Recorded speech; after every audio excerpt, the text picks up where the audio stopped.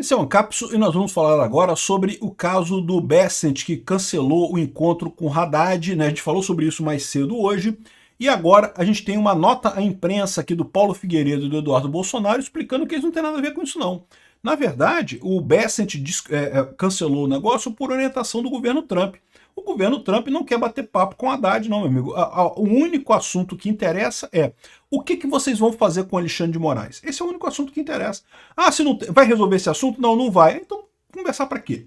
Eu falei isso no meu vídeo. E é mais ou menos o mesmo caminho que o Paulo Figueiredo está colocando aqui no tweet dele, né? E também o Paulo Figueiredo começa a mostrar aqui um ponto que, aliás, até o editorial do Globo está percebendo aqui, ó. Insistência do Lula em alternativas ao dólar é inexplicável. É inexplicável. Não tem sentido. Isso ajudaria a Rússia, que está numa guerra, é verdade. Poderia ajudar a China. Não ajuda o Brasil tanto assim, não. Qual o problema? Por que o Brasil não pode comerciar em dólar? Não tem nada que impeça.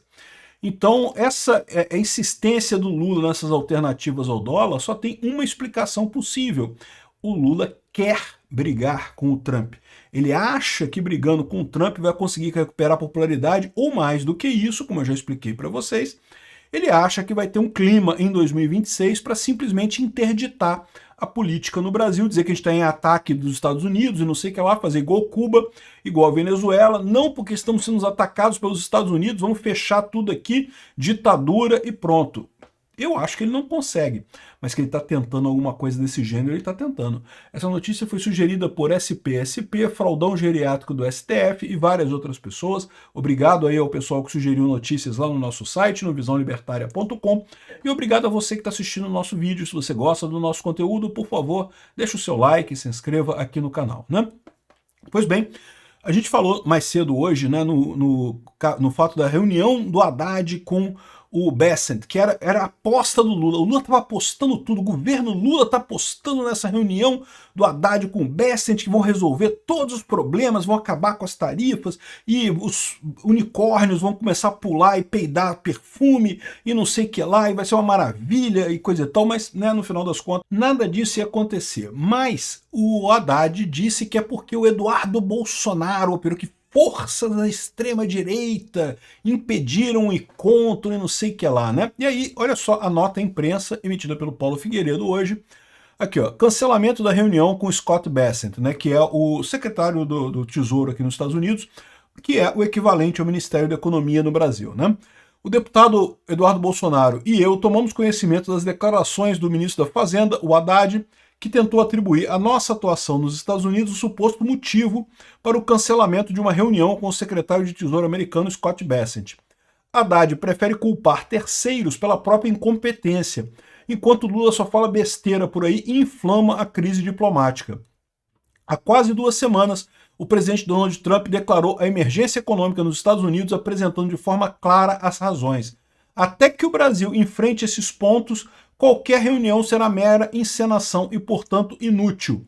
Quais são esses pontos?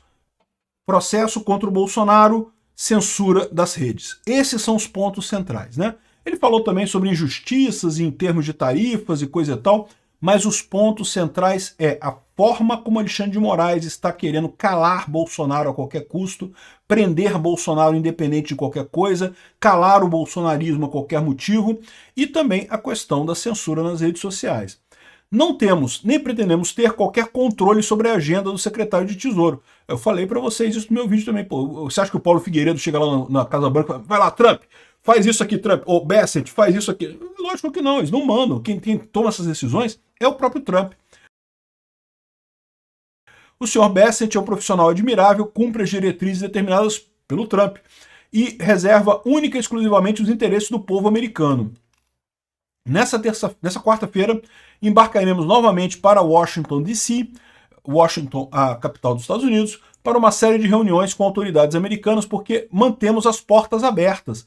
Talvez Lula também tivesse, se em vez de proteger o próprio regime e fazer bravata ideológica, colocasse a diplomacia e o interesse nacional em primeiro lugar.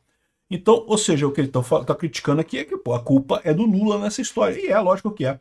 Né? Enquanto o Haddad não falar sobre os temas centrais, que é o processo do Bolsonaro no STF e a questão da regulamentação de redes sociais, vai continuar do mesmo jeito, não vai ter negociação nenhuma, não tem o que fazer, né? Aí, aqui, aí você vê isso daqui, eu acho que eu concordo, é basicamente o que eu falei no meu vídeo também, não tem muita diferença. E basicamente você vê esse outro ponto que o pessoal do Globo aqui está indicando nesse ponto aqui. A gente falou sobre isso num vídeo ontem, sobre o Mendonça Filho, que é um ex-deputado que também já foi ministro da Educação no governo do Temer, em que ele fala que, olha só, vocês estão tendo uma visão errada. O Lula, ele não está sendo um cara burro, incapaz de fazer negociação com o Trump. Ele é burro, ele é incapaz de fazer negociação com o Trump, mas ele está fazendo essa porra toda de propósito. Ele está querendo brigar com o Trump mesmo, não é só porque ele é burro, não. Aqui, ó, insistência do Lula em alternativas ao dólar é inexplicável. E eu já falei isso outras vezes também, não tem nenhuma explicação para isso. O único país que ganha com uma alternativa ao dólar neste momento é a Rússia. Nem a China tem tanto interesse nisso nesse momento. A Rússia tem muito interesse nisso, porque a Rússia está sancionada pelo Trump por conta da invasão da Ucrânia. Aqui, ó. Nem a China nem a Rússia falam sobre isso. O único resultado da investida contra a moeda americana é enfurecer Trump. Não tem nenhum outro resultado. Ou seja, o Lula fala isso de propósito. O Lula quer brigar com o Trump. Ele é um idiota, ele é um medroso, ele não tem coragem de ligar para o Trump para conversar, mas também, junto com essa coisa toda, ele também não quer apaziguamento, ele não quer negociação, ele quer brigar com o Trump porque ele acha que isso ajuda ele. E o problema do pessoal é que eles estão vendo essa coisa do tipo assim, ah não, isso ajuda ele em termos de ter uma melhor popularidade, o, entre aspas, efeito Canadá e não sei o que lá. E a gente já falou sobre isso, o efeito Canadá não vai vir, não veio até agora e não vai vir daqui para frente, mas não é um único motivo para o Lula manter esse tipo de coisa. O Lula mantém essa retórica também, porque ele espera chegar em 2026 tornando o Brasil inviável, o Brasil totalmente quebrado e ele acusando os Estados Unidos de ser o responsável pela quebra do Brasil. E aí fazer um golpe no Brasil é o sonho desse pessoal, eles sabem, é agora ou nunca. Por que eles sabem disso? Porque eles estão vendo a direita crescer, eles estão vendo a esquerda perder força, não só aqui no Brasil, mas na América Latina inteira, no mundo inteiro. Então o Lula, quando o Lula assumiu lá em 2023, desculpa, em 2003, o primeiro governo Lula, ele achou que ele tinha todo o tempo do mundo para implantar o comunismo no Brasil. Ele falou, não, pô, beleza. Agora eu tô aqui no governo, vai ser eu, devagarzinho, eu vou botando o comunismo, não precisa ser rápido. Pode ser devagarzinho, a gente vai botando devagarzinho, devagarzinho, devagarzinho. Quando a Dilma foi retirada do poder, aí acendeu a luz vermelha na cabeça do Lula. Ih, caramba, agora fudeu, não tá mais tranquilo. Aí agora, quando ele entrou dessa vez, é lógico que ele tá com uma mentalidade diferente. Ele não tá achando mais que ele tem todo o tempo do mundo, ele sabe que ele tem esse mandato e olhe lá. A chance dele se reeleger é pequena. Então ele tem que fazer as coisas agora. Uma maneira de você implementar o comunismo é você quebrar o país completamente. Você quebra o país completamente, as pessoas ficam revoltadas e aí passam a aceitar qualquer coisa. Aí o Lula sugere justamente um governo do povo, governo do povo, ditadura do proletariado, essas porra mesmo que vocês já viram em vários outros países que fracassaram no mundo, né? De novo, eu não acho que o Lula vai ter força para fazer isso. Por mais que o Lula tenha essa vontade, por mais que tenha gente no PT com essa vontade, eles não vão ter capacidade de implementar isso aqui no Brasil. Mas que eles vão tentar, eles vão. Então, quando você vê o Lula defendendo essas pautas que são inexplicáveis, não tem nenhuma lógica, defender o fim do dólar como moeda de comércio, porque eu já expliquei para vocês o que é uma moeda de comércio. Para pensar. O que faz uma moeda de comércio? É uma coisa que você usa para comprar e vender. E o único requisito realmente necessário para uma moeda de comércio é as duas pontas do comércio aceitarem aquilo como moeda. Então, existe, na teoria monetária, tem um monte de requisitos, que a moeda tem que ser fracionável, tem que ser perene, tem que ser não sei o que lá, não sei o que, mas a verdade é que o único requisito necessário é os dois lados concordarem que querem trocar naquela moeda. Ah, quero comprar o seu Porsche. Quanto é que você dá no meu Porsche? Ah, eu dou 1 milhão de conchinha. Ah, eu aceito 1 milhão de conchinha no meu Porsche. Beleza, pronto, conchinha virou dinheiro. Desde que os dois lados aceitem o dinheiro, não interessa se não é fracionável, se é ruim, se é bom, se tem valor, se não tem valor. Se os dois lados aceitaram, virou moeda. Qual que é o problema disso aqui? Por que o dólar é a moeda de comércio internacional? Porque é a moeda mais fácil de você aceitar os dois lados da coisa. Né? Todo mundo consegue comprar dólar, consegue vender dólar, consegue comprar coisas com dólar, então acaba virando a moeda de preferência, né? É o efeito network no final das contas.